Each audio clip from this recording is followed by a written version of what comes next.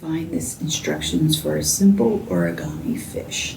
Origami is folding square pieces of paper and turning them into creative shapes. So you'll find this little lightweight piece of paper, totally square, in your kit. And the first thing we're going to do is fold it diagonally from corner to corner. You can do this flat on the table. It's very important to get it exactly corner to corner.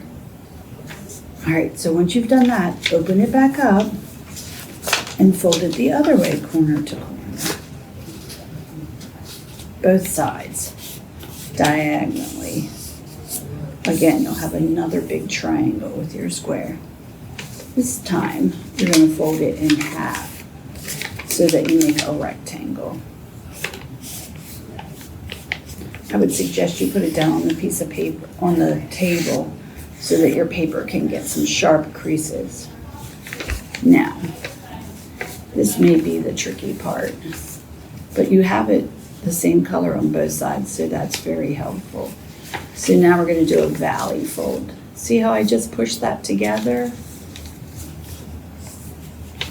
And the triangle jumped inside. Here I go again. So now I have a triangle, but on the inside, I have these points hidden.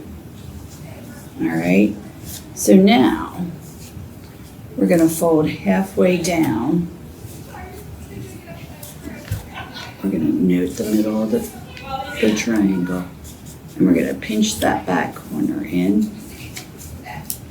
And we're going to do it again. We're going to take this and we're going to pinch that back corner in to equal it up. Now this is the back of the fish. Here I am creasing it again.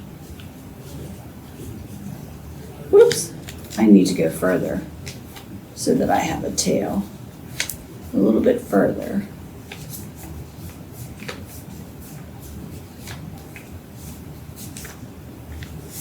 And there's the tail of the fish. Now I can decorate it with my pen. I can give it fins or an eye. So go ahead and have fun. Follow the directions in the kit and you'll be successful in making yourself a fish. You have several sheets of origami paper so you can make a whole school of fish. And don't forget to check out some good books. Here's one on dolphins. And Gail Gibbons has written many nonfiction books. Here's one she has on whales. You could use your origami fish as a bookmark, or you can just decorate your room with them. So go ahead and have fun. In your kit, you'll find a shell that was found on the beach. You can do it with our shell, or you can do it with your own shell that maybe you found along the way. And all I did was decorate it. Now, on the top, on this side, the upper side, I drew a smiley face and a silly nose. But you'll also find some googly eyes and some beads in your kit.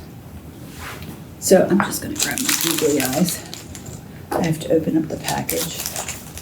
You'll find 2 in each of your kits. And I'm just going to use some thick glue. And I'm going to apply, and I'm going to glue the eyes onto the top of the shell. I just made a silly face. This is just a fun way to use some shells that you might have from going to the beach, or you can, again, use the shell you'll find in your kit. And I'm just going to apply the googly eyes with that thick glue. All right, so I drew a little nose, but you'll also find some beads in your kit.